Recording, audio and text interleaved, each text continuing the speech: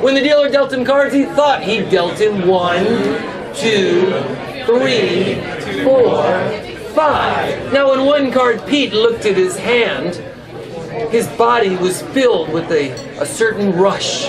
That is because the dealer dealt him the unbeatable hand, the royal flush. He checked again, but with chagrin, he said, "Chef," that's me, he said, "Chef, I'm in a fix. The dealer dealt too many cards. I've got 1, 2, 3, 4, 5, and 6. Now, sir, think about this. You're a gambling fellow. You've got a royal flush in your hands, right? There's a pot of gold here that's all yours. It's unbeatable, right? You can't lose. Every time people ante up, it's getting bigger and bigger and bigger. But you now realize that the dealer accidentally, unknowingly I might add, gave you 1 card too many. What do? You put it away, he hides it. You see that? I knew that's what this guy was all about. See, you or I would call misdeal. We'd make this wrong or right. But see, one card Pete and this guy, they're card cheats, and they had treasures in their sight. So karma would need to teach him a lesson. One I hope that you will not soon forget. The School for Scoundrels is now in session. Pete was making his final bet.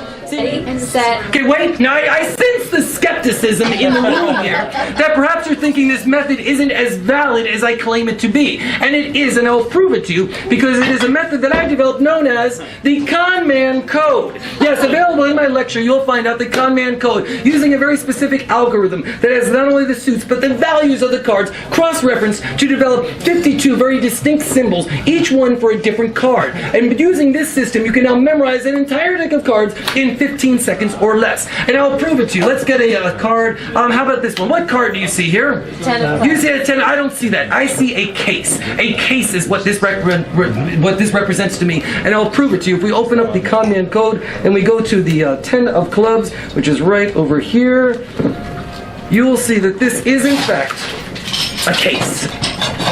Had you taken my seminar, you'd have already known that answer, wouldn't you? So what happens is, as I see each one of these images, I destroy it in my mind. I rip open the case. If it's a bunny rabbit, I tear off its ear. If it's like a little kitty cat, I tear off its tail. If it's like one of those cute wrinkly dogs, like a pug, right, I don't do anything to pugs. I love pugs. They're very adorable. But the point is that I destroy each one of these images. When I'm done, any image that remains whole has to be a card that you guys have, thus proving that I've memorized the entire deck of cards. In fact, what I can do now, we've got this, to go twice as fast, I can go twice as fast. You say ready, say go, I'll flip the cards over like that. Twice as fast. Ready? And actually, no, not yet. I'm explaining the trick to you. So what's going to happen is that this over here, this is a lady raking with a hoe like a spade. This over here, this is a doll. What I imagine is that she's raking a bunch of dolls, so I can go twice as fast. Now you can see that there's no way that I can't possibly break the record. Breaking that record now in 15 seconds, memorizing an entire deck of cards, and I feel very confident.